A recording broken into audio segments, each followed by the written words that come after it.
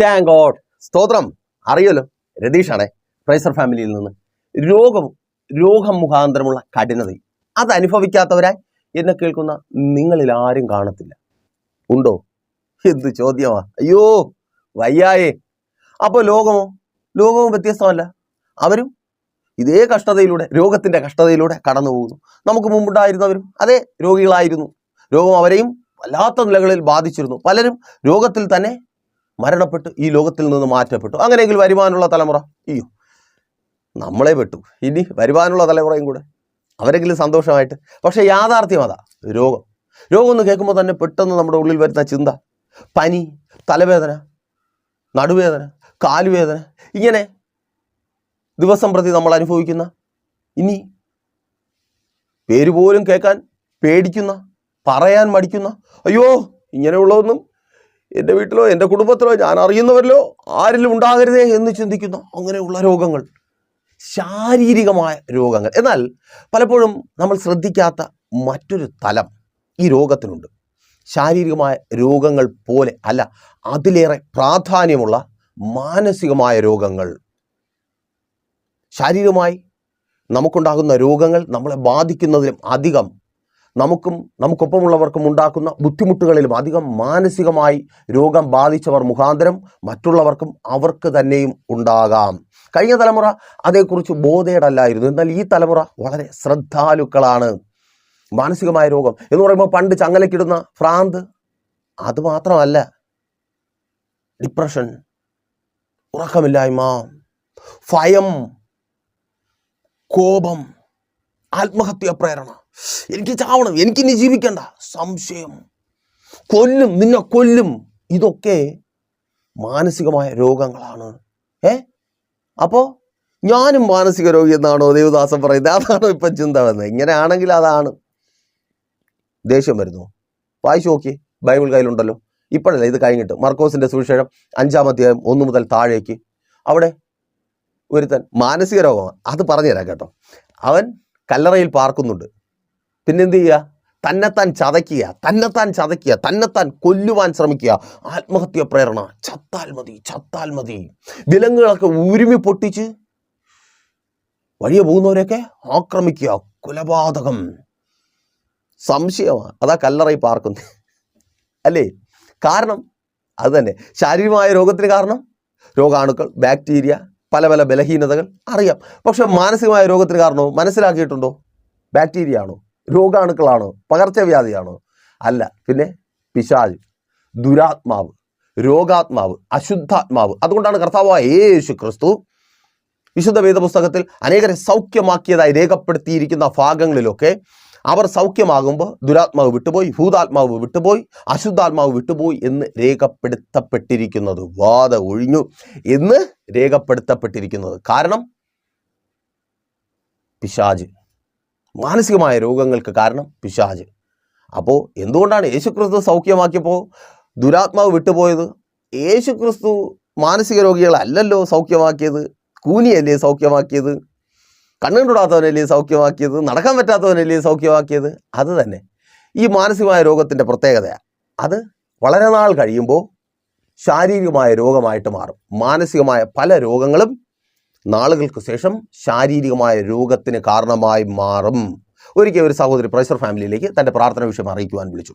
അപ്പോൾ തൻ്റെ പ്രാർത്ഥന വിഷയം ഇതാണ്: ഉറക്കമില്ല. പലർക്കും അതൊരു നിസ്സാരമായിട്ടുള്ള കുഴപ്പമായിട്ട് തോന്നും, ഉറക്കമില്ലായ്മ. ചിലർക്കൊക്കെ സന്തോഷമായി, എനിക്ക് ഉറക്കമില്ലായ്മ ഉണ്ടായിരുന്നെങ്കിൽ ഞാൻ കുറച്ചുകൂടെ സമ്പാദിച്ചതും തന്നെ. ഉറക്കമില്ലായ്മ വന്നു നോക്കണം. അപ്പോൾ ആ സഹോദരി ഡോക്ടർമാരെ കണ്ടു, മെഡിസിൻ കൊടുത്തു, സുഖമായി ഉറങ്ങി. 2 വർഷം കഴിഞ്ഞപ്പോൾ പിന്നെ മെഡിസിൻ എടുത്തിട്ടും ഉറങ്ങാൻ പറ്റുന്നില്ല. അപ്പോൾ ഡോസ് കൂട്ടി കുറച്ച് നാൾ കൂടെ ഉറങ്ങി, വീണ്ടും ഒരു രക്ഷയുമില്ല. അറിയാമല്ലോ, ആദ്യമൊക്കെ മെഡിസിൻ കഴിച്ചാൽ വേദനയില്ല, സുഖമായിട്ട് ഉറങ്ങാൻ പറ്റും, സന്തോഷമായിട്ട് ജോലിക്ക് പോകാൻ പറ്റും. ഇപ്പോൾ വിഴുങ്ങുന്നുണ്ട്, കുടിക്കുന്നുണ്ട്, ചെയ്യുന്നുണ്ട്, എന്തെങ്കിലും ഫലമുണ്ടോ? ഒരു ഫലവുമില്ല. പിന്നെ നേർച്ചയിടാനെന്ന പോലെ ഡോക്ടറെ കാണാൻ പോകും. ഫീസ് വാങ്ങുന്നതല്ലേ എന്നും പറഞ്ഞ് അങ്ങനെ എന്തെങ്കിലും എഴുതി തരും. മെഡിക്കൽ സ്റ്റോറിൽ പോകും, ഗുളിക വാങ്ങും, വിഴുങ്ങും. വയറ്റിനകത്ത് നീറ്റലല്ലാതെ എന്തെങ്കിലും വ്യത്യാസമുണ്ടോ? വിഴുങ്ങിയിട്ടും അടുത്ത രോഗം വന്നുകൊണ്ടിരിക്കുക. അതല്ലേ അവസ്ഥ? ഇത് തന്നെയാണ് മെഡിസിൻ്റെ അവസ്ഥ. ഒരു പരിധി കഴിഞ്ഞാൽ അത് തന്നെ രോഗമായി മാറും. അത് തന്നെ പല രോഗങ്ങൾക്ക് കാരണമായി മാറും. ഈ സഹോദരിക്കും അങ്ങനെ തന്നെ എത്ര ഗുളിക കഴിച്ചിട്ടും ഉറക്കമില്ല. പിന്നീട് ഡോക്ടർ വാൺ ചെയ്തു, ഇനി കൂടുതൽ കഴിച്ചാൽ നീ തട്ടിപ്പോകും. അതെ, ആ സ്ഥിതിയിലെത്തി. ഫലമോ? ഉത്സാഹമില്ല, ഒരു കാര്യങ്ങൾ ചെയ്യുവാൻ കഴിയുന്നില്ല. നല്ല ജോലിക്കാരിയാണ്, ജോലി സ്ഥലത്ത് പ്രശ്നം, ജോലിയൊന്നും നല്ലവണ്ണം ചെയ്യുവാൻ കഴിയുന്നില്ല. അതുകൊണ്ട് ലീവ് എടുത്തു. കണ്ണൊക്കെ കുഴിഞ്ഞു താന്നു, സൗന്ദര്യമൊക്കെ നഷ്ടപ്പെട്ടു. വീട്ടിനകത്ത് മക്കൾ കളിയാക്കുവാൻ തുടങ്ങി. പഞ്ചസാരയ്ക്ക് പകരം ഉപ്പിടുന്നു, ഉപ്പിന് പകരം പഞ്ചസാര ഇടുന്നു. ഭർത്താവ് ചെറികോട്ടി പുറത്തെവിടെയെങ്കിലും പോകുമ്പോൾ മക്കളെ ഒരുക്കി പോകുന്നു, ഭാര്യയെ കൊണ്ടുപോകുന്നില്ല, അല്ലെങ്കിൽ പോകുവാനുള്ള സ്ഥലങ്ങളെക്കുറിച്ച് പറയുന്നില്ല, ഒഴിവാക്കുകയാണ്. പുറത്തു കൊണ്ടുപോകാൻ കൊള്ളാത്ത നിലയിൽ ആ സ്ത്രീയുടെ ജീവിതം തന്നെ അങ്ങ് മാറി. അയ്യോ, ആരെ പോലെ? മർക്കോസിന്റെ സുവിശേഷം 6-ാം അധ്യായം 26-ാമത്തെ വാക്യത്തിൽ ഒരു സ്ത്രീയെക്കുറിച്ച് പറയുക. അവൾ തനിക്കുള്ളതെല്ലാം വിറ്റുപിറക്കി ഏറിയ വൈദ്യന്മാരെ കൊണ്ട് ചികിത്സിപ്പിച്ചു, എന്നിട്ടും രോഗത്തിന് ഒരു കുറവുമില്ല. ഗതി പഴയത് തന്നെ. അയ്യോ, പറയണ്ട. എല്ലാം പോയി. പണം പോയി, സന്തോഷം പോയി, സമാധാനം പോയി, തൻ്റെ ആരോഗ്യം പോയി, തൻ്റെ ശരീരം ക്ഷയിച്ചു. ബ്ലീഡിങ്, ഇങ്ങനെ ശരീരത്തിലുള്ള രക്തം മുഴുവനും പൊയ്ക്കൊണ്ടിരുന്നാൽ അറിയാമല്ലോ സഹോദരിമാരെ. അപ്പോൾ വല്ലാത്തൊരവസ്ഥ. ആ സഹോദരി വിളിക്കുക. ഏത് മർക്കോസ് എഴുതിയിരിക്കുന്ന രക്തസ്രവക്കാരിയല്ല, ഞാൻ പറഞ്ഞ ഫ്രൈസർ ഫാമിലിയിലേക്ക് വിളിച്ച ആ സഹോദരിയുടെ ചോദ്യം ഇതാണ്: ദേവദാസനെ, ഞാനിനി ഏത് ഡോക്ടറെ കാണും? ഞാനിനി ഏത് ഡോക്ടറെ കാണുമെന്നൊരു ആലോചന പറഞ്ഞു തരിക. ഞാൻ പറഞ്ഞു, സഹോദരി, എനിക്കൊരു നല്ല ഡോക്ടറെ അറിയാം. ലോകത്തിലെ ഡോക്ടർമാർ തരുന്ന ഗുളികയ്ക്കും മരുന്നിനും താൽക്കാലികമായി കുറച്ച് ദിവസം ഒരു ആശ്വാസം തരുവാൻ കഴിഞ്ഞേക്കും. എന്നാൽ എനിക്കറിയാവുന്നുള്ള ഡോക്ടറിന്, നല്ല വൈദ്യന്, അയ്യോ, അവന് നിന്റെ രോഗത്തെ പൂർണ്ണമായി സൗഖ്യമാക്കുവാൻ കഴിയും. ആ സഹോദരിയുമായി ദൈവത്തിന്റെ പരിശുദ്ധാത്മാവിന്റെ നാവിന്മേൽ തന്ന 2 വചനങ്ങളെ ഞാൻ പങ്കുവച്ചു. 1-ാമത്തെ വചനം പത്രോസിന്റെ 1-ാമത്തെ ലേഖനം 2-ാമത്തെ അധ്യായം 24-ാമത്തെ വാക്യം: അവന്റെ അടിപ്പിണരിനാൽ നമുക്ക് സൗഖ്യം വന്നിരിക്കുന്നു. കൊലോസ്യർക്ക് എഴുതിയ ലേഖനം 2-ാം അധ്യായം അതിന്റെ 15-ാമത്തെ വാക്യം അവിടെ ഇങ്ങനെ രേഖപ്പെടുത്തിയിരിക്കുന്നു: വാഴ്ചകളെയും അധികാരങ്ങളെയും ആയുധവർഗം വയ്പ്പിച്ച് ക്രൂശിൽ അവരുടെ മേൽ ജയോത്സവം കൊണ്ടാടി അവരെ പരസ്യമായ കാഴ്ചയാക്കി. ആ സഹോദരി തെല്ലൊരു സംശയത്തോടെ ചോദിച്ചു: ദൈവദാസനെ, ആദ്യത്തേത് രോഗസൗഖ്യത്തിന്റെ വചനമാണ്, ഞാനത് കേട്ടിട്ടുണ്ട്, എന്നെ കേൾക്കുന്ന നിങ്ങളിൽ പലരെയും പോലെ. എന്നാൽ 2-ാമത്തേത് ഞാൻ പറഞ്ഞു, സഹോദരി, 1-ാമത്തേത് ശാരീരിക സൗഖ്യത്തിന്റെ വചനമാണ്. കർത്താവായ യേശു ക്രിസ്തുവിന്റെ മേൽ റോമൻ പടയാളികളാൽ അടിക്കപ്പെട്ട അടിപ്പിണരിനാൽ നമുക്ക് ശാരീരികമായ സൗഖ്യമുണ്ടാകും. അവന്റെ ശരീരം തകർക്കപ്പെട്ടു, ഫലമായി നമ്മുടെ ശരീരം പുഷ്ടിപ്പെടും. അവന്റെ ശരീരം മുറിപ്പെട്ടു, ഫലമായി നമ്മുടെ ശരീരത്തിന്റെ മുറിവുകൾ ഉണങ്ങും. ആരുടെ? വിശ്വസിക്കുന്ന ഭക്തന്റെ. അതെ, അവന്റെ ശരീരത്തിന് സൗഖ്യമുണ്ടാകും. 1-ാമത്തെ വചനം പത്രോസ് പറയുന്നത് ശാരീരികമായ സൗഖ്യത്തെക്കുറിച്ചാണ്. എന്നാൽ കൊലോസ്യ ലേഖനത്തിൽ പൗലോസ് അപ്പോസ്തലൻ പറയുന്നത് പിശാചിന്റെ തകർച്ചയെക്കുറിച്ചാണ്. മാനസികമായ രോഗത്തിന് കാരണമായിരിക്കുന്ന പിശാചിന്റെ തകർച്ച. അതേ, ശാരീരികമായുള്ള സൗഖ്യം മാത്രമല്ല, മാനസികമായ സൗഖ്യവും ആവശ്യം. സഹോദരി, ആ മാനസികമായ സൗഖ്യം നിനക്കുണ്ടായാൽ മാത്രമേ ശരീരത്തിൽ നിന്നായിരിക്കുന്ന ഈ അവസ്ഥയ്ക്ക് മാറ്റം വരത്തുള്ളൂ. കണ്ണ് കുഴിഞ്ഞു താന്നിരിക്കുന്ന, ഭർത്താവിന് പുറത്തു കൊണ്ടുപോകുവാൻ കഴിയാത്ത വിധത്തിലായിത്തീർന്ന, ജോലിക്ക് പോകുവാൻ കഴിയാത്തവളായിത്തീർന്ന, മക്കൾ പരിഹസിക്കുന്നവളായിത്തീർന്ന അവസ്ഥയ്ക്ക് മാറ്റം വരണമെങ്കിൽ ആദ്യം നിന്നെ രോഗിയാക്കി തീർത്ത ആ പിശാച് തകർക്കപ്പെടണം. ആ പിശാചിന്റെ ബന്ധനം അഴിയണം. ആ ബാധിപ്പ് വിട്ടുമാറണം. ഇല്ലെങ്കിൽ വെറുതെ മരുന്ന് കുടിക്കാമെന്നേ ഉള്ളൂ. സഹോദര, സഹോദരി, അത് തന്നെ. എത്ര ഡോക്ടർമാരായി കുടിച്ചുകൊണ്ടിരിക്കുന്നു. വല്ല മാറ്റമുണ്ടോ? വിഴുങ്ങിക്കൊണ്ടിരിക്കുന്നു. എന്തേലും മാറ്റമുണ്ടോ? അതേ, സൗഖ്യം അകത്തു നിന്ന് പുറത്തേക്ക് വരണം. ആ പിശാച് നിന്നെ രോഗിയാക്കി തീർക്കുന്ന, നിന്റെ രോഗത്തിന് കാരണമായ, ഒരു ഡോക്ടറിനും കണ്ടുപിടിക്കുവാൻ കഴിയാത്ത, ചികിത്സ നിർദ്ദേശിക്കുവാൻ കഴിയാത്ത രോഗത്തിന് കാരണമായിരിക്കുന്ന ആ പിശാച് തകർക്കപ്പെടുമ്പോൾ നീ സൗഖ്യം പ്രാപിക്കും.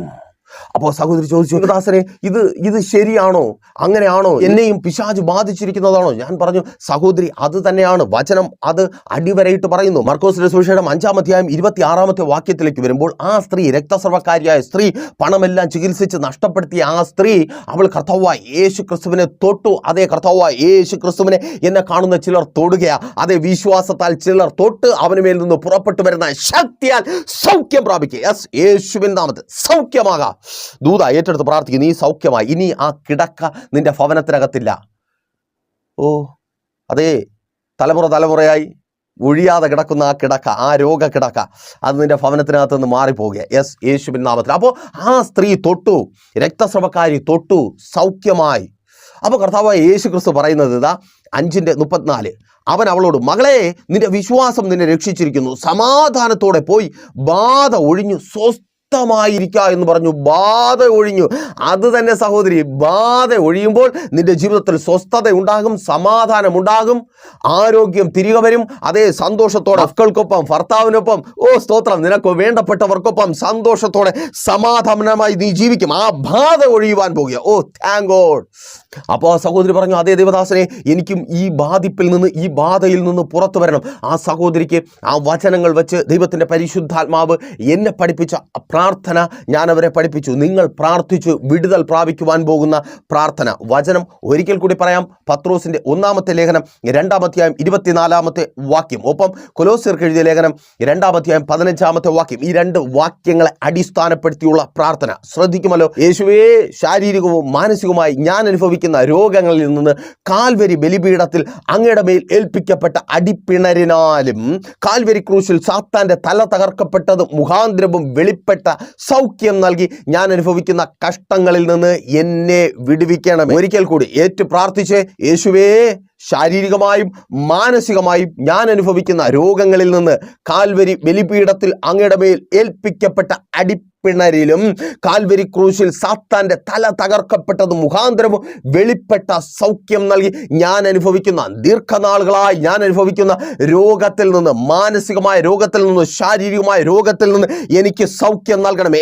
യേശുവിൻ നാമത്തിൽ രോഗികളായി ഭാരപ്പെട്ടായിരിക്കുന്നവർ പ്രാർത്ഥിച്ചാട്ടെ. നിങ്ങൾ ആ വചനം പറഞ്ഞു പ്രാർത്ഥിക്കുമ്പോൾ അതേ ആ സാത്താന്റെ തല തകർക്കപ്പെടുക, നിങ്ങളുടെ ശരീരത്തിന്മേൽ ബാധിച്ചിരിക്കുന്ന ആ സാത്താന്റെ തല യേശുവിൻ നാമത്തിൽ, ആ പൈശാചിക മണ്ഡലം തകർക്കപ്പെടുക.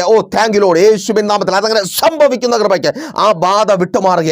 നിന്നെ തീരാ രോഗിയാക്കി തീർത്ത, മറ്റുള്ളവരുടെ പരിഹാസത്തിനും നിന്നയ്ക്കും നിന്നെ പാത്രീഭൂതമാക്കി മാറ്റിയ ആ ബാധ വിട്ടുമാറുക.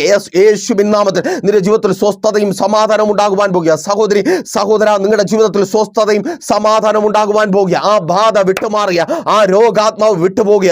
Thank you Lord. യേശുവിൻ നാമത്തിൽ, യേശുവിൻ നാമത്തിൽ അതങ്ങനെ സംഭവിക്കുന്ന കൃപയ്ക്കായി അവൻ ഈ വചനം ഏറ്റെടുത്ത് ആ സഹോദരി പ്രാർത്ഥിക്കുവാൻ തുടങ്ങി. കഴിഞ്ഞ ദിവസം വിളിച്ച് വളരെ സന്തോഷത്തോടെ ആ സഹോദരി സാക്ഷ്യം പറഞ്ഞു, ദൈവദാസനെ, ആ പ്രാർത്ഥന ആ സമയം മുതൽ ഞാൻ ഉരുവിടാൻ തുടങ്ങിയതാ. എൻ്റെ വായിൽ നിന്ന് ആ പ്രാർത്ഥന ഒഴിഞ്ഞ സമയമില്ല, സംസാരിക്കുവാൻ പോലും എനിക്ക് സമയമില്ലായിരുന്നു. ഞാൻ എപ്പോഴും ആ പ്രാർത്ഥന തന്നെ ഇങ്ങനെ പ്രാർത്ഥിച്ചുകൊണ്ടിരിക്കുകയായിരുന്നു. പ്രാർത്ഥിക്കുമ്പോൾ തന്നെ എനിക്ക് തിരിച്ചറിയുവാൻ കഴിഞ്ഞു, എൻ്റെ ശരീരത്തിൽ നിന്ന് എന്തോ ഇരുട്ട് വിട്ടുപോകുന്നത് പോലെ, എൻ്റെ ശരീരത്തിന് ഭാരം കുറയുന്നത് പോലെ ഇപ്പോൾ ഞാൻ സുഖമായി ഉറങ്ങുന്നുണ്ട്. എൻ്റെ ആ കണ്ണിന് താഴെയുള്ള പാടുകളൊക്കെ മാറി തുടങ്ങി. മക്കൾക്ക് സന്തോഷമായി, കളിയാക്കലുകൾ കുറഞ്ഞു തുടങ്ങി. ഞാൻ വേഗത്തിൽ ജോലിക്ക് പോകുവാൻ പോവുകയാണ്. അവരൊരു ദിവസം പറഞ്ഞു, ആ ദിവസം മുതൽ ജോലിക്ക് പോകുന്നു. അതിനുവേണ്ടി പ്രത്യേകമായിട്ട് പ്രാർത്ഥിക്കണം. ദൈവത്തിൻ്റെ വചനം ആ സഹോദരിയുടെ ഉള്ളിൽ വെളിപ്പെട്ട് വ്യാപരിച്ച ആ ബാധയെ പുറത്താക്കി. യേശുവിൻ നാമത്തിൽ ഈ വചനം ഏറ്റെടുത്ത് നിങ്ങൾ പ്രാർത്ഥിക്കുമ്പോൾ, ഈ പ്രാർത്ഥന നിങ്ങളുടെ നാവിന്മേൽ നിന്ന് മാറാതിരിക്കുമ്പോൾ ആ പൈശാചിക മണ്ഡലം നിങ്ങളെ വിട്ടുമാറും. അതെ നിങ്ങളെ ബന്ധിച്ചിരിക്കുന്ന, നിങ്ങളെ ശാരീരികമായി മാനസികമായി രോഗിയാക്കി വെല്ലുവിളിക്കുന്ന ആ പൈശാചിക മണ്ഡലം, ആ ഭാരം മാറപ്പെടും. യേശുവിൻ നാമത്തിൽ അതങ്ങനെ സംഭവിക്കുന്ന കൃപയ്ക്കായി സഹോദര, സഹോദരി പ്രാർത്ഥിക്കുക. വളരെ പ്രതീക്ഷയോടെ ജോലി സ്ഥലത്ത് കടന്നുപോയി, എന്നാൽ ജോലി ചെയ്ത് സന്തോഷമായി ജീവിക്കുവാൻ കഴിയാത്ത വിധത്തിൽ അവിടെ നീ രോഗിയായി തീർന്നിരിക്കുന്നു. നിന്റെ പ്രതീക്ഷകളുടെ കടക്കൽ കത്തിവെക്കും വിധത്തിൽ നിന്റെ ശരീരത്തിൽ വ്യാപരിച്ചിരിക്കുന്ന ആ രോഗം. സഹോദരി, ജോലിക്ക് പോകുവാൻ കഴിയുന്നില്ല, ഒരു കുഴപ്പമില്ല. ആ വീട്ടിൽ പോകുമ്പോൾ, അവിടെ ജോലിക്ക് കയറുമ്പോൾ പ്രശ്നം തുടങ്ങും, ആശുപത്രിയിൽ എത്തുമ്പോൾ പ്രശ്നം തുടങ്ങും, വീട്ടിലിരുന്നാൽ ഒരു കുഴപ്പമില്ല. രോഗം, അയ്യോ, പല മെഡിസിനുകൾ എടുത്തു. നിനക്കറിയാത്ത മെഡിസിനാണോ, നിനക്ക് പരിചയമില്ലാത്ത ഡോക്ടറാണോ, ഏറ്റവും നല്ല ഹോസ്പിറ്റലല്ലേ നീ ജോലി ചെയ്യുന്നത്? Thank God. നീ പഠിച്ചത് അതുമായി ബന്ധപ്പെട്ട കാര്യമല്ലേ, ചെയ്യുന്ന ജോലി വേറെയാണെങ്കിലും അയ്യോ, അതുമൊരു വിഷമമാ. കർത്താവ് പരിഹാരം വരുത്തുവന്നേ. Thank God. പേടിയാ. അയ്യോ, എത്ര ദിവസം പിടിച്ചു നിൽക്കുവാൻ കഴിയും ഇങ്ങനെ രോഗവും ചുമന്ന്? എന്താണ് കാരണമെന്ന് കണ്ടെത്തുവാൻ കഴിയാത്ത ഈ രോഗവുമായി എത്ര നാൾ പിടിച്ചു നിൽക്കുവാൻ കഴിയും? പ്രാർത്ഥിക്കുവാൻ റെഡിയാണോ സഹോദര, സഹോദരി? പ്രാർത്ഥിക്ക്. യേശുവേ, ശാരീരികവും മാനസികവുമായി ഞാൻ അനുഭവിക്കുന്ന രോഗങ്ങളിൽ നിന്ന് കാൽവരി ബലിപീഠത്തിൽ അങ്ങയുടെ മേൽ ഏൽപ്പിക്കപ്പെട്ട അടിപ്പിണരിലും കാൽവരി ക്രൂശിൽ സാത്താന്റെ തല തകർക്കപ്പെട്ട മുഖാന്തരം വെളിപ്പെട്ട സൗഖ്യവും നൽകി ഞാൻ അനുഭവിക്കുന്ന രോഗങ്ങളിൽ നിന്ന്, അത് മുഖാന്തരം അനുഭവിക്കുന്ന കഷ്ടങ്ങളിൽ നിന്ന് എന്നെ വിടുവിക്കണമേ. പ്രാർത്ഥിക്കുക സഹോദരി. ആ രോഗാത്മാവ് വിട്ടുപോകുക. യേശുവിൻ നാമത്തിൽ നീ പ്രാർത്ഥിക്കുമ്പോൾ സ്തോത്രം, ആ ബാധിപ്പ് വിട്ടുമാറുക. ജോലി ചെയ്യുവാൻ കഴിയാത്ത വിധത്തിൽ നിന്നെ ബാധിച്ചു വെല്ലുവിളിക്കുന്ന ആ രോഗാത്മാവ് ഇപ്പോൾ വിട്ടുപോകുക. സഹോദരി പ്രാർത്ഥിക്കുക. നിന്റെ ഭർത്താവിനെ വീട്ടിനകത്ത് ഒതുക്കിക്കൂട്ടുന്ന ആ രോഗാത്മാവ് യേശുവിൻ നാമത്തിൽ വിട്ടുപോകുക. രോഗമുഖാന്തരം, ബലഹീനത മുഖാന്തരം, പ്രായമായി ശരീരം തളർന്നുകൊണ്ടിരിക്കുക. ഓ സ്തോത്രം. ശരീരത്തിന്റെ രോഗം അത് മാറുക, സൗഖ്യമാകുക. യെസ്, ഏൽപ്പിക്കപ്പെട്ട അടിപ്പിണറിനാൽ ഇപ്പോൾ സൗഖ്യമാകാം. ഓ, ആ രോഗം മാറുക. ഭർത്താവ് നിന്നെ പരിഹസിക്കുന്നു, കളിയാക്കുന്നു, കൂടെ കൊണ്ടുപോകുന്നില്ല ഒരിടത്തും. അമ്മേൻ, അവൻ എന്നും രോഗമാ. നിന്നെ പോലെ ഒരു ഭാര്യ എന്തിനാന്ന് ചോദിച്ച് ഭർത്താവ് പരിഹസിക്കുക. സ്തോത്രം. ഒരിടത്ത് ഇരുന്നിട്ട് എഴുന്നേൽക്കുവാൻ കഴിയുന്നില്ല. ഓ സ്തോത്രം. പ്രാർത്ഥിക്കുക, ആ രോഗാത്മാവ് വിട്ടുപോകുക. സഹോദരി പ്രാർത്ഥിക്കുക. നിന്റെ കുടുംബ ജീവിതത്തെ പോലും തകർത്ത് കളയുന്ന ഭർത്താവിനൊപ്പം സന്തോഷത്തോടെ സമാധാനത്തോടെ അവൻ ആഗ്രഹിക്കുന്ന നിലയിൽ അവനൊപ്പം ജീവിക്കുവാൻ കഴിയാത്ത വിധത്തിൽ നിന്റെ ശരീരത്തെ ബലഹീനപ്പെടുത്തുന്ന ആ രോഗാത്മാവ്, യെസ്, യേശുവിൻ നാമത്തിൽ അത് നിന്നെ വിട്ടുപോകുക. പ്രാർത്ഥിക്കുക. യേശുവേ, ശാരീരികവും മാനസികവുമായി ഞാൻ അനുഭവിക്കുന്ന രോഗങ്ങളിൽ നിന്ന് കാൽവരി ബലിപീഠത്തിൽ അങ്ങയുടെ മേൽ ഏൽപ്പിക്കപ്പെട്ട അടിപ്പിണരിലും കാൽവരി ക്രൂശിൽ സാത്താന്റെ തല തകർക്കപ്പെട്ടത് മുഖാന്തരവും വെളിപ്പെട്ട സൗഖ്യം നൽകി എന്നെ വിടുവിക്കണം. എന്റെ കുടുംബത്തിനകത്തുള്ള അസമാധാനത്തിൽ നിന്ന് വിടുവിക്കണമേ. അയ്യോ, ഓ സ്തോത്രം. പ്രാർത്ഥിക്കും സഹോദരി. ആ ബാധ വിട്ടുപോകുക. ഓ സ്തോത്രം. യേശുവിൻ നാമത്തിൽ ആ ബ്ലീഡിങ് മാറിയ, ശാരീരം അനുഭവിക്കുന്ന അസ്വസ്ഥത മാറിയ, ഉദരഫലം ജനിക്കാതെ വണ്ണം നിന്നെ മറ്റുള്ളവരുടെ മുമ്പിൽ തലകുനിപ്പിക്കുന്ന ആ രോഗാത്മാവ് വിട്ടുപോകുക. അമ്മേൻ, ആ ഉദരത്തിലെ കെട്ടുപൊട്ടുക. ഓ താങ്ക് യു ലോർഡ്. യേശുവിൻ നാമത്തിൽ ഏറ്റെടുത്ത് പ്രാർത്ഥിക്കുക. ആ രോഗം മാറിപ്പോകുക. സഹോദര, ഓ സ്തോത്രം. ഭാര്യയ്ക്കൊപ്പം സന്തോഷമായി ജീവിക്കുവാൻ കഴിയാതെ വണ്ണം നിന്റെ ശരീരത്തിന്മേൽ വെളിപ്പെട്ട് വ്യാപരിക്കുന്ന ആ രോഗം, ആ രോഗാത്മാവ്, ഭയം, നിന്റെ ഭാര്യയുടെ അടുക്കലെത്തുമ്പോൾ ഭയം, യെസ്, യേശുവിൻ നാമത്തിൽ ആ ഭയം വിട്ടുപോകുക. ആ ബാധ മാറി നീ സ്വസ്ഥമായി സമാധാനമായി കുടുംബമായി ജീവിക്കുവാൻ പോകുക. മാതാവേ പ്രാർത്ഥിക്കുക. അമേൻ. മക്കളുടെ മേൽ എന്നും രോഗമാ. അയ്യോ, എത്ര ക്ലാസ് നഷ്ടപ്പെടുന്നു, പഠിക്കാൻ കഴിയുന്നില്ല. നല്ല പഠിക്കുന്ന പിള്ളേരാ, പക്ഷേ രോഗം, എന്നും രോഗം, എന്നും രോഗം. പ്രാർത്ഥിക്കുക. 1-2 ദിവസമൊക്കെ ആണെങ്കിൽ കുഴപ്പമില്ല. ഇതെന്നും രോഗമാണ്. അവരുടെ വിദ്യാഭ്യാസം പോകുന്നു, അവരുടെ ആരോഗ്യം നഷ്ടപ്പെടുന്നു, നിന്നെ അത് വല്ലാതെ ഭയപ്പെടുത്തുന്നുണ്ട്. പ്രാർത്ഥിക്കുക. ആ രോഗാത്മാവ് വിട്ടുപോകുക. യെസ്, നിന്റെ തലമുറകളെ രോഗികളാക്കി അവരുടെ വാക്തത്വത്തിന് വിരോധമായി, ഓ സ്തോത്രം, വെളിപ്പെട്ട് വ്യാപരിക്കുന്ന പൈശാചിക മണ്ഡലം, യെസ്, യേശുവിൻ നാമത്തിൽ അത് വിട്ടുപോകുക. പ്രാർത്ഥിക്കുക. സ്തോത്രം. ഓ ആമേൻ. പ്രാർത്ഥിക്കുക. യേശുവേ, ശാരീരികവും മാനസികവുമായി എൻ്റെ തലമുറകൾ അനുഭവിക്കുന്ന രോഗങ്ങളിൽ നിന്ന് കാൽവരി ബലിപീഠത്തിൽ അങ്ങയുടെ മേൽ ഏൽപ്പിക്കപ്പെട്ട അടിപ്പിണരിലും കാൽവരി ക്രൂശിൽ സാത്താന്റെ തല തകർക്കപ്പെട്ടത് മുഖാന്തരം വെളിപ്പെട്ട സൗഖ്യം നൽകി അവരെ വിടുവിക്കണം. എൻ്റെ തലമുറകളെ വിടുവിക്കണം. അവരുടെ മേൽ കരം വെച്ച് പ്രാർത്ഥിക്കുക. യെസ്, യേശുവിൻ നാമത്തിൽ ഇപ്പോൾ സൗഖ്യം വ്യാപരിക്കുക. അവരുടെ വിദ്യാഭ്യാസത്തെ തകർക്കുന്ന, ഭാവിയെ തകർക്കുന്ന ആ ദുരാത്മാവ് യേശുവിൻ നാമത്തിൽ വിട്ടുപോകുക. വിളിശാപങ്ങൾ, നേർച്ച കാഴ്ചകൾ യേശുവിൻ നാമത്തിൽ വിട്ടുമാറട്ടെ. ആ പഠന വൈകല്യങ്ങൾ മാറട്ടെ. ആ രാജ്യത്ത് കടന്നുപോയി പഠനത്തിനാ, എന്നാൽ അതിന് കഴിയാത്ത വിധത്തിൽ അവന് മേൽ വെളിപ്പെട്ട് വ്യാപരിക്കുന്ന രോഗം യേശുവിൻ നാമത്തിൽ വിട്ടുപോ. ഓ താങ്ക് ഗോഡ്. അവളുടെ ഭാവിക്ക് പോലും വിരോധമായി എങ്ങനെ വിവാഹം കഴിപ്പിച്ച് അയപ്പിക്കും? രോഗമാ, ആ ഡിപ്രഷൻ, യെസ്, യേശുവിൻ നാമത്തിൽ അത് സൗഖ്യമാകുക. അമേൻ, അമേൻ, അമേൻ. വീട്ടിനകത്തെ സന്തോഷത്തെ സമാധാനത്തെ തകർത്ത് കളയുന്ന, നന്മകളെ ഇല്ലാതാക്കുന്ന, അമേൻ, അമേൻ, ആ രോഗാത്മാവ് വിട്ടുമാറുക. ഒന്നിനും കഴിയാത്തവളാക്കി, ഒന്നിനും കൊള്ളാത്തവരാക്കി. നിന്റെ ആ സ്ഥാപനം പോലും തകരുവാൻ കാരണം നിന്റെ രോഗമാ. സ്തോത്രം. കയ്യിൽ കിട്ടിയതെല്ലാം നഷ്ടപ്പെടുത്തി കളഞ്ഞ, ഇൻവെസ്റ്റ് ചെയ്യേണ്ടതെല്ലാം നഷ്ടപ്പെടുത്തി കളഞ്ഞ ആ രോഗം അത് വിട്ടുമാറുക. യെസ്, പ്രാർത്ഥിക്കുക. യേശുവിൻ നാമത്തിൽ അതങ്ങനെ സംഭവിക്കുന്ന കൃപയ്ക്കായി. അമേൻ. സ്തോത്രം. അമേൻ. ഒരു കാര്യം കൂടെ പറഞ്ഞ് നിർത്തട്ടെ. നോക്കിയേ, ഡോക്ടർമാരുടെ അടുക്കൽ നമ്മൾ പോകും ശാരീരികമായി രോഗം വരുമ്പോൾ. ഇന്ന് അറിയാം, മാനസികമായ രോഗങ്ങൾക്കും ട്രീറ്റ്മെൻറ്റ് വേണമെന്ന് ചിന്തിച്ച് പോകുമ്പോൾ പലപ്പോഴും പലർക്കും രോഗസൗഖ്യം കിട്ടും. രോഗസൗഖ്യം കിട്ടിയാൽ സമാധാനം ഉണ്ടാകുമോ? സന്തോഷം ഉണ്ടാകുമോ? നോക്കിയേ, ആ സ്ത്രീ മർക്കോസിന്റെ സുവിശേഷം 5-ാം 25 മുതൽ 34 വരെയുള്ള വാക്യങ്ങളിൽ വിവരിച്ചിരിക്കുന്ന ചരിത്രമുള്ള സ്ത്രീ, അവളുടെ 12 വർഷത്തെ രോഗം, ആ രോഗം മുഖാന്തരം അനുഭവിച്ച് താൻ നഷ്ടപ്പെടുത്തി കളഞ്ഞതുമെല്ലാം സൗഖ്യം കിട്ടിയാൽ തിരികെ കിട്ടുമോ? തിരികെ കിട്ടിയില്ലെങ്കിൽ ഒന്നുമില്ലാത്തവളായി അവൾ പിന്നെയും സമാധാനം ഉണ്ടാകുമോ? ഇല്ല. അർത്ഥം ദൂതാണേ. രോഗമുഖാന്തരം നിന്നിൽ നിന്ന് നഷ്ടപ്പെട്ടത് മുഴുവനും എൻ്റെ കർത്താവ് തിരികെ തരും. എൻ്റെ യേശുപ്പൻ സൗഖ്യം മാത്രമല്ല, രോഗമുഖാന്തരം നഷ്ടപ്പെട്ടതെല്ലാം തിരികെ തരും. ആ സഹോദരിക്ക്, രക്തസ്രവക്കാരി മാത്രമല്ല, എന്നെ വിളിച്ച ആ സഹോദരി സന്തോഷത്തോടെ പറഞ്ഞ കാര്യം ഇതാണ്: ഞാൻ ജോലിക്ക് പോകുവാൻ പോകുന്നു. നഷ്ടപ്പെട്ട ജോലി, ഭർത്താവിനൊപ്പം സന്തോഷം, മക്കൾക്കൊപ്പം സന്തോഷം, അതെ, നഷ്ടപ്പെട്ടത് മുഴുവൻ നിനക്ക് തിരികെ തരും. രോഗസൗഖ്യം മാത്രമല്ല, എൻ്റെ യേശുവിന് ഡോക്ടർമാർ തരുവാൻ കഴിയാത്ത സമാധാനവും സന്തോഷവും തരുവാൻ കഴിയും. ഓ താങ്ക് ഗോഡ്. അപ്പോൾ മറക്കണ്ട, ഈ പ്രാർത്ഥന ചൊല്ലി പ്രാർത്ഥിക്കുക. അതുപോലെ ഈ മെസ്സേജ് അല്ല, പ്രാർത്ഥന നിങ്ങൾക്ക് അനുഗ്രഹമായെങ്കിൽ അനേകരിലേക്ക്, രോഗികളായി നിങ്ങൾക്കൊപ്പം ഭാരത്തോടെ ആയിരിക്കുന്ന, രോഗം മുഖാന്തരം പല നിലകളിൽ ബാധിക്കപ്പെട്ടായിരിക്കുന്ന അനേകർക്ക് ഷെയർ ചെയ്ത് കൊടുക്കുക. അവരുടെ ജീവിതത്തിലും വിടുതലിന് കാരണമായത് മാറട്ടെ. ഒപ്പം ഈ വചനം മറ്റുള്ളവർക്ക് വേണ്ടി നിങ്ങൾ പ്രാർത്ഥിക്കുക. നിങ്ങൾക്കൊപ്പം നിങ്ങളുടെ ബന്ധുക്കളെ, ചാർച്ചക്കാരെ, ഒപ്പമുള്ളവരെയൊക്കെ ചേർത്ത് നിർത്തി ഒരു പ്രാർത്ഥന കൂട്ടായ്മ തന്നെ നിങ്ങൾ ഉണ്ടാക്കിയെടുക്കുക. എന്നിട്ട് പരസ്പരം നിങ്ങൾ പ്രാർത്ഥിക്കുക. കർത്താവ് ശക്തിപ്പെടുത്തും, ഞങ്ങൾ നിങ്ങൾക്കൊപ്പമുണ്ട്. പ്രൈസർ ഫാമിലി എപ്പോഴും നിങ്ങൾക്കൊപ്പം. നമ്മൾ ലോകം മുഴുവൻ പ്രാർത്ഥിക്കുന്ന ഭക്തരെ കൊണ്ട് നിറയ്ക്കും. ആമേൻ. നമ്മുടെ ആഗ്രഹം അതാണ്, വേറെ ഒന്നുമല്ല. എല്ലാവരും പ്രാർത്ഥിക്കണം. ആമേൻ. എല്ലാവരും എൻ്റെ യേശുപ്പൻ തരാമെന്ന് പറഞ്ഞതെല്ലാം എല്ലാവരും പ്രാപിച്ചെടുക്കണം.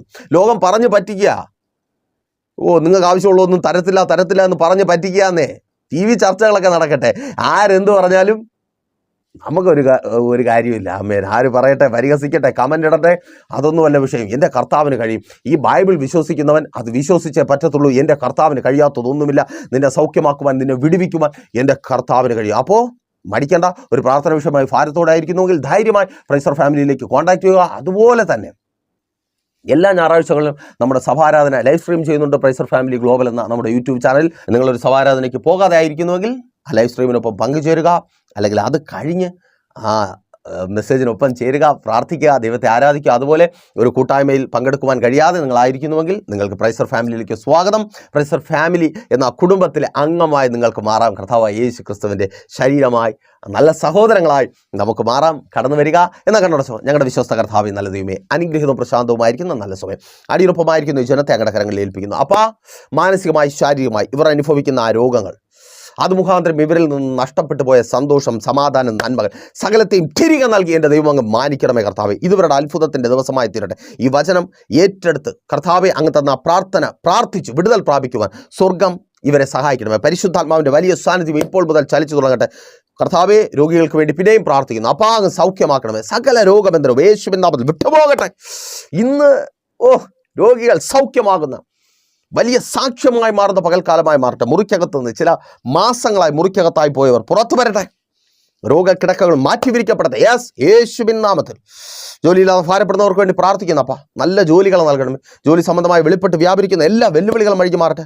തൊഴിലിടങ്ങളിലെ പ്രശ്നങ്ങൾക്ക് പരിഹാരമുണ്ടാകട്ടെ. ശത്രുക്കളുടെ തല തകർത്ത് എൻ്റെ ദൈവം അങ്ങ് നിലനിർത്തുന്ന കൃപയ്ക്കായി ചോദിക്കുന്നു. എല്ലാ ബാധ്യതയും മാറട്ടെ, കടഭാരങ്ങൾ മാറട്ടെ, കൊടുത്തു തീർക്കുവാൻ തക്കവണ്ണം വഴികൾ തുറക്കപ്പെടട്ടെ. പലിശക്കടങ്ങൾ, ജപ്തി നോട്ടീസുകൾ യേശുവിൻ നാമത്തിൽ വിട്ടുപോകട്ടെ. ഇവർ അനുഗ്രഹിക്കപ്പെടട്ടെ.